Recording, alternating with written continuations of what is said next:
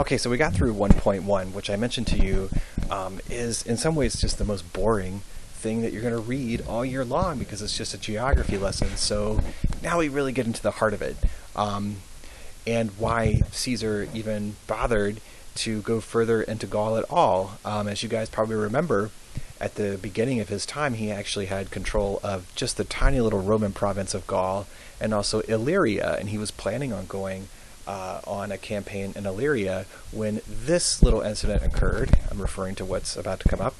And it convinced him to actually intervene in Gaul instead, and he just sort of got further and further sucked in as time went on. So what happened?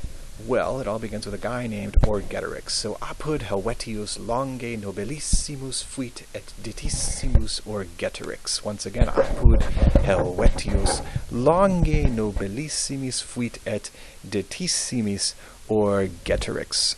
So what do we see? Any clauses here in this first sentence? Doesn't look like it. Prepositional phrases, though. There is one, and it's right here, apud Helvetius.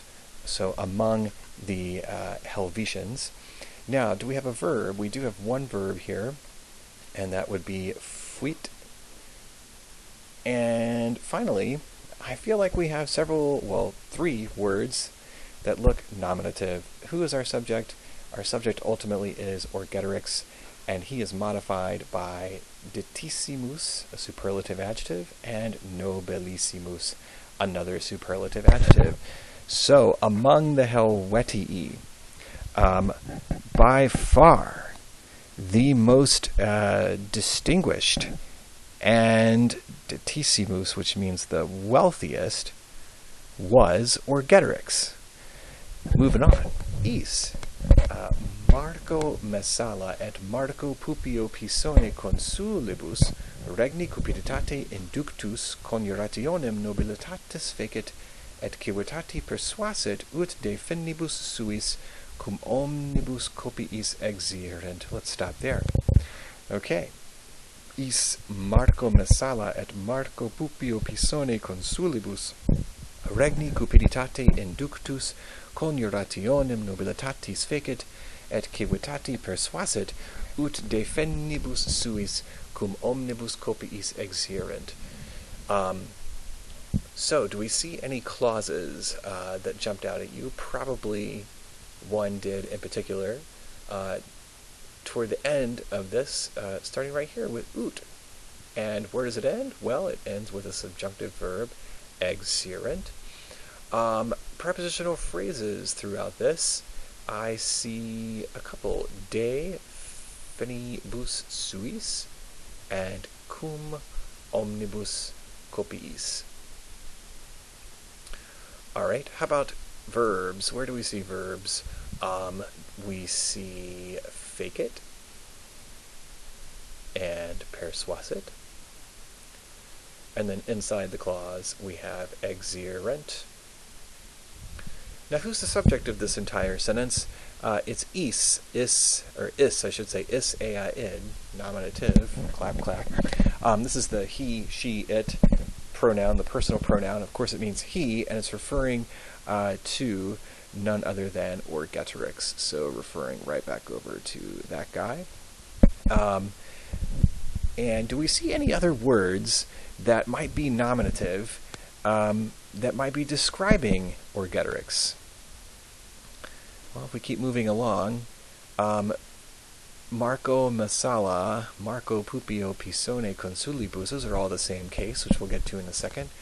Regni, that's not nominative. Cupiditate, not nominative. Inductus, ends in a US, seems to be nominative to me.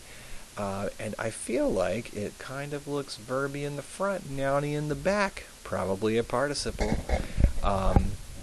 Does it have an NS or NT? No. Does it look deponent? No. Does it have a UR? No. Therefore, it's a triple P, perfect passive participle, having been verbed.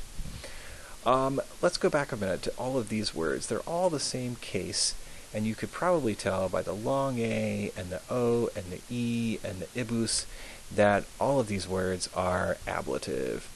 And when you have a bunch of ablative nouns in a row, and you have people's names in particular, and co-consuls. What is Caesar doing? He's telling us the year in which all of this occurs, and all these words here are one big ablative absolute. So with these two guys as co-consuls, and we'll get to that in just a second.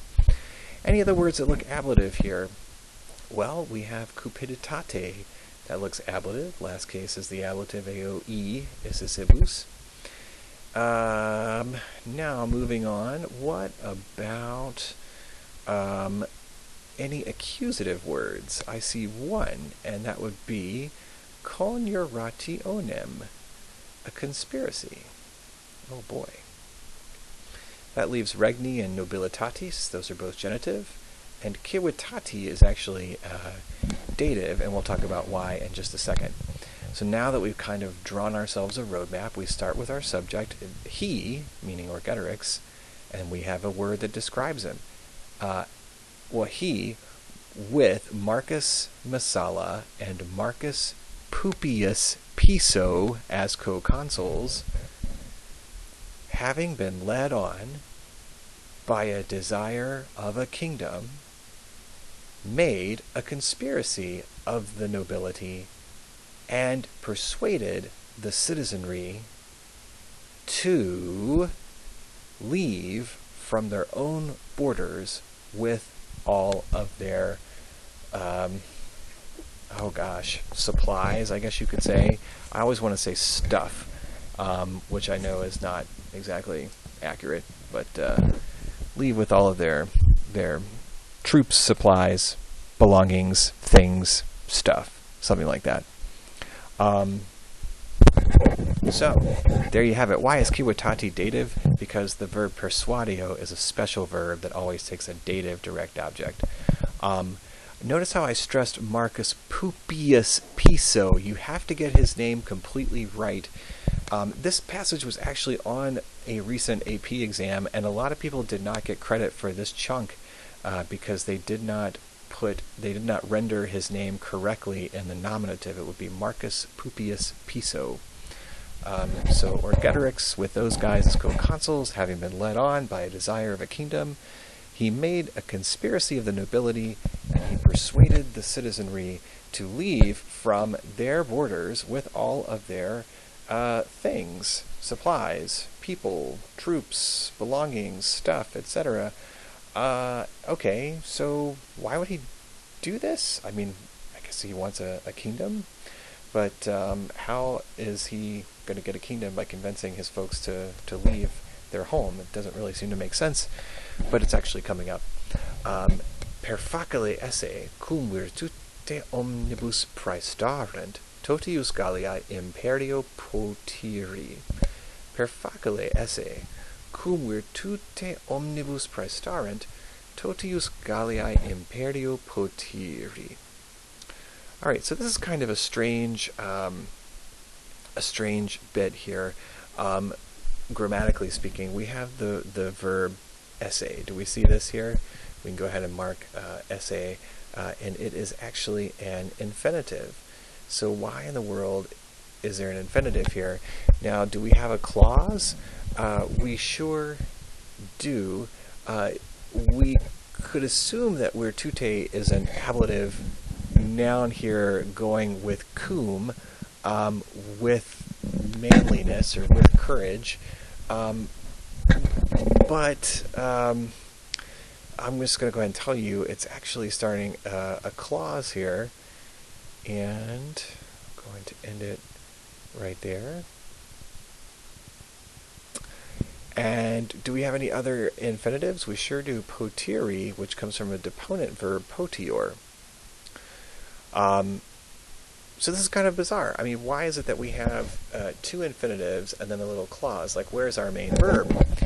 And the reason why we have infinitives is because we are in indirect statement, but the verb of the head is sort of implied. So he persuaded the citizens to leave, and you have to say something like, and he said that, or and he persuaded them that. Now this is where it gets tricky. And he persuaded them that potiri imperio to get possession, something along those lines, to obtain authority. How about that? To obtain authority of all of Gaul, he persuaded them that to obtain authority of all of Gaul, these are genitive words,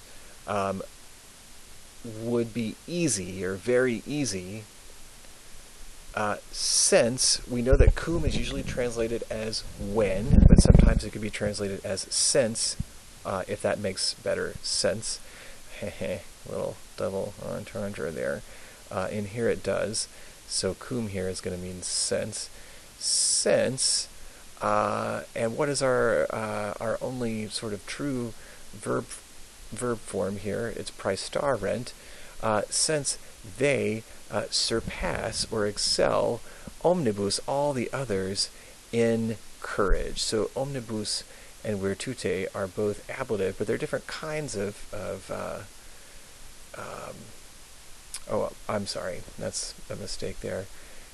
Virtute is ablative, and omnibus is actually dative, and the reason why it is dative is because of that verb praesto. So, Orgetorix persuaded the citizenry to leave from their own borders with all of their supplies, and he persuaded them that you could say, I guess, that it was very easy to gain authority of all of Gaul. How about that? I think that's better, actually. He persuaded them that, because we'll just go in order of what Caesar wrote, that it was very easy to gain possession or authority, of all of Gaul, since they, meaning the Helvetians, exceeded or surpassed everybody else in courage. Okay. So that's one argument. He appeals to their manliness, which is good. But now he is going to be smart and do another appeal, which probably makes a lot more sense to people. And as you can tell, this is a really, really long sentence. But it's not that hard once we kind of dive into it. We're going to start from id and go to devidet first. Id hoc facilius eis persuasit, quod undique loci natura helvetii continentur, una ex parte flumine freno latissimo atque altissimo, qui agrum helvetium a Germanis devidet. Id hoc facilius eis persuasit, quod undique loci natura helvetii continentur, una ex parte flumine freno latissimo atque altissimo, qui agrum helvetium a Germanis devidet. So, do we have some clauses? And it looks like we do. And where are they? Well, first things first, we seem to have one starting here at quod, and ending perhaps at continentur. And then we have one here at qui, and going to devidet.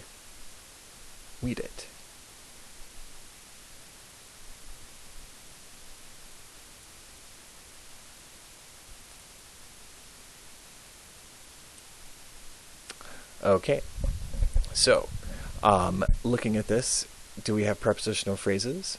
And it looks like we have one here at una ex parte, and we have one here at a Germanis. Now, what about verbs? Do we see verbs? And we do. We have persuasit here. And then we have continentur being inside that little clause. And then we have devidet.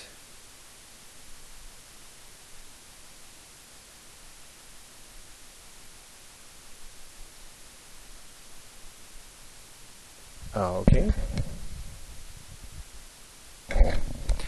Okay, I'm back. Sorry about that.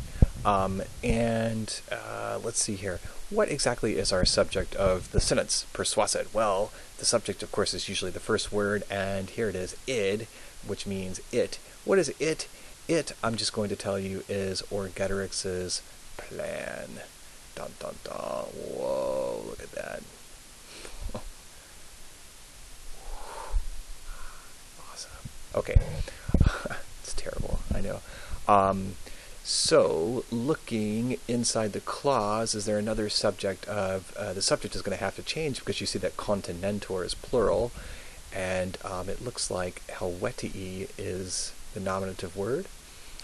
And anything else here up until until Dewita, it doesn't look like it. Okay, let's find any ablative words that we happen to see. Hoke, see it has a long mark over the O. That's going to be ablative. Let's see, what else? Looks like natura has a long mark over it. That's going to be ablative. Of course, those words are ablative since they're in a prepositional phrase with X, but also flumine, reno, latissimo, atque altissimo. Those are all ablative as well. Now, how about accusative? Do we see any accusative words, direct objects? The only one that I see would be agrum helvetium so far. And then the rest of the words we could probably figure out as we go along. So, it, meaning the plan, persuaded them, meaning the Helvetians, facilius, that's comparative, more easily, hoc. This is called an ablative of cause. And you translate an ablative of cause as because of blank. It persuaded them more easily because of this. And then Caesar's going to repeat himself by saying, quod, because, undique, which means on all sides or everywhere, the Helvetians are continentor, they are held in or contained by the nature of the place. So now we're going to get a brief geography lesson explaining how the Helvetians are sort of like landlocked in a way. And that's why Orgetorix's argument that they should move is more persuasive to them. Ex una parte, out of one part, meaning on one side. What's missing is continentor. You have to supply it again. They are held in by the Rhine River, by the very wide and very deep Rhine River, which divides the Helvetian field from the Germans.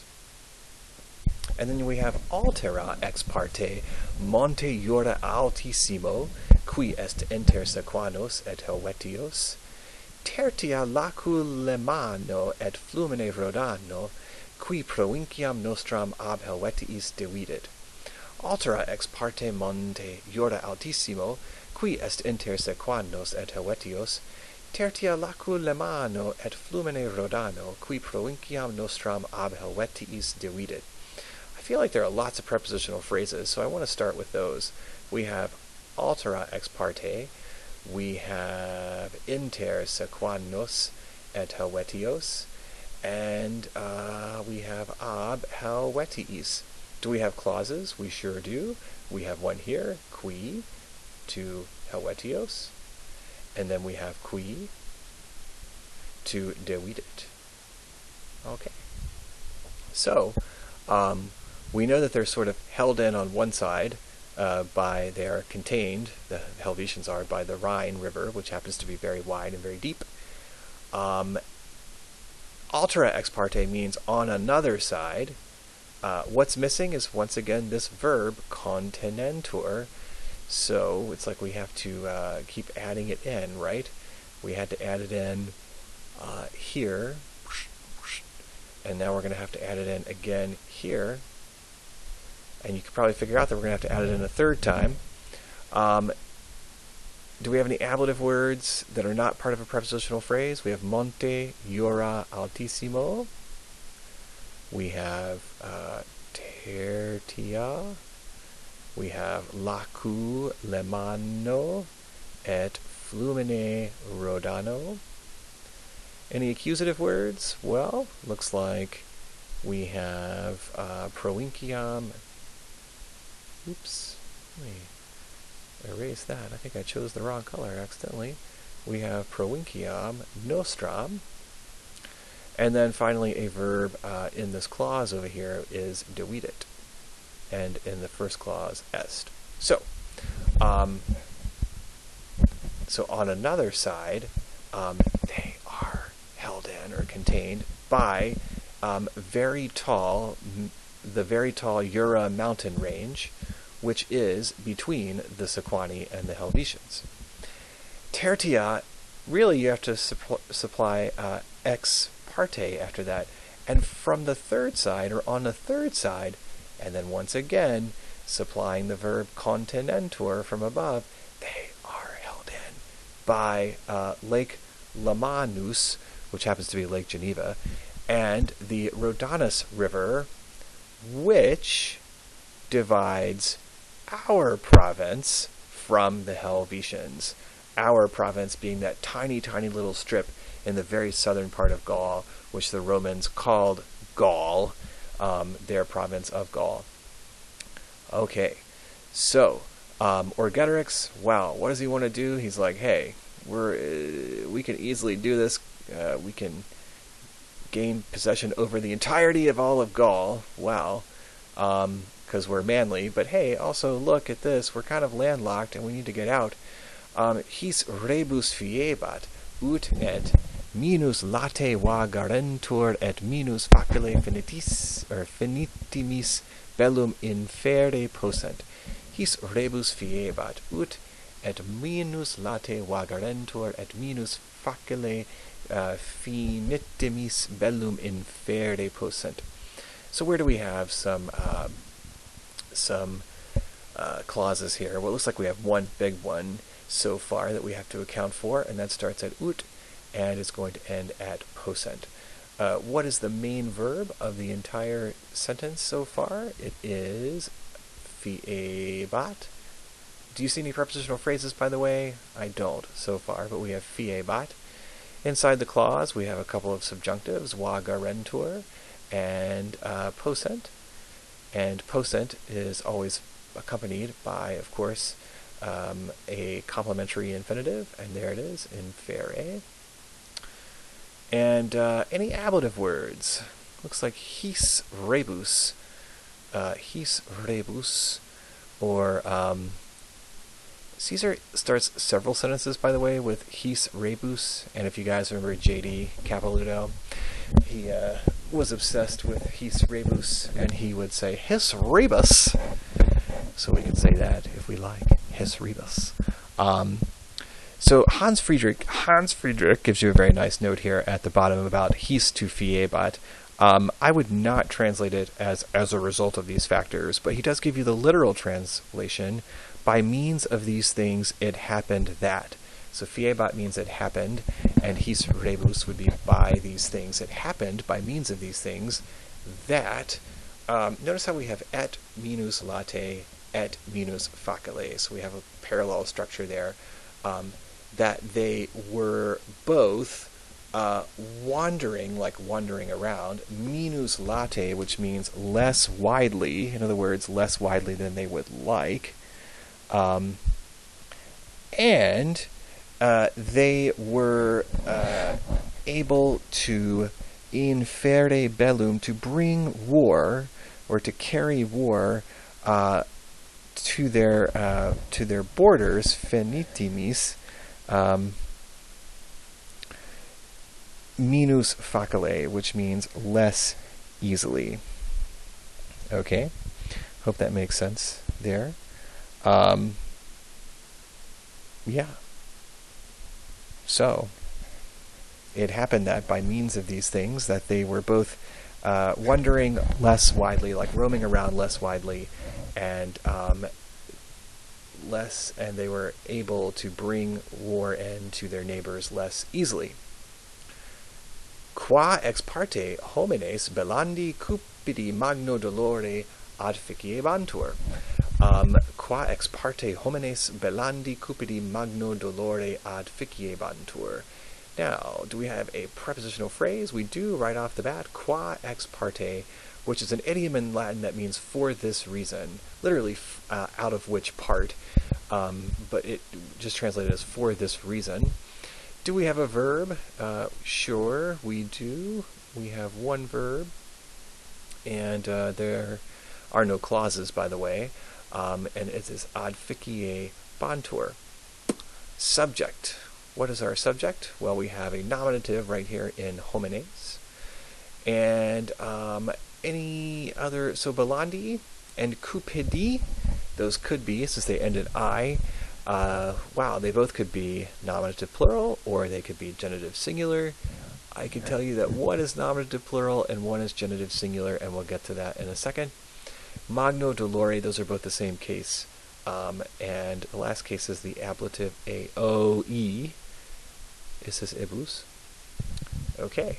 So for this reason, the men, meaning the Helvetians, were affected magno dolore, which means literally with great anguish. They were affected with great anguish. Now, what does Belandi mean? And what is cupidi? Well, cupidus is an adjective that means desirous, something along those lines, eager. And Belandi means waging war. So knowing the meanings of these probably helps you figure out that cupidi is an adjective describing homines, and that Belandi is genitive singular. It is a gerund. It's sitting there by its lonesome. For this reason, the men, eager of waging war, were affected with great anguish. Pro multitudine autem hominum et pro gloria belli atque fortitudinis angustos se fines habere arbitrabantur, qui in longitudine millia passuum, what is that? Ducenti et quadragenta in latitudinem centum et octagenta patebant.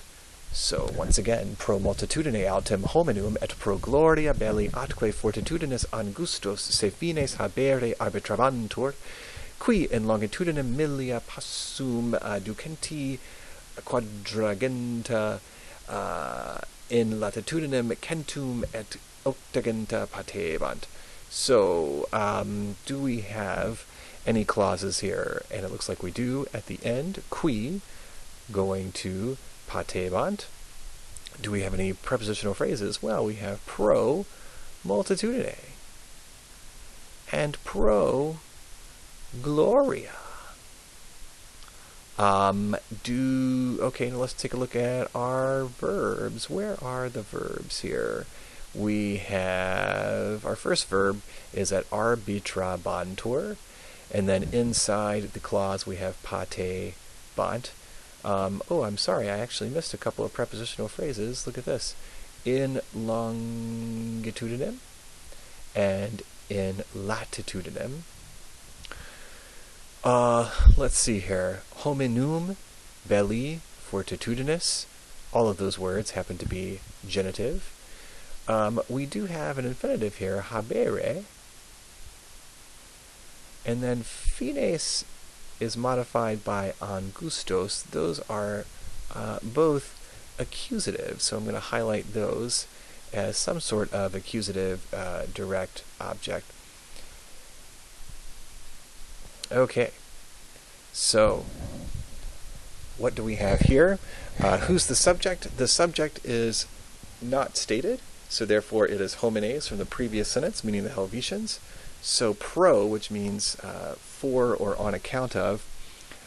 So on account of the number of men, however, and on account of the glory of war and of bravery, something along those lines, courage, they, meaning the Helvetians, they considered that, setting up indirect statement here, so verb of the head, followed by an accusative say, followed by an infinitive. They considered that they had narrow borders. Borders qui, which were stretching forth or extending 250 140 miles in length and 180 miles in breadth, or width, I guess you could say. How did I get miles? Miles is milia passuum, which means literally thousands of paces. So there you go. On behalf of the multitude, however, of the men, the number of the men, and on behalf of the glory of war and of bravery, they considered that they had narrow borders. In other words, they thought their own borders were narrow for the fighting that they wanted to do with other people. Their borders, which were extending 240 miles in length, I guess, and 180 miles in breadth. Okay, so there you go. Orgetorix has a plan. Dun dun dun dun. So what's so wrong with that? Well, we'll find out. Oh boy.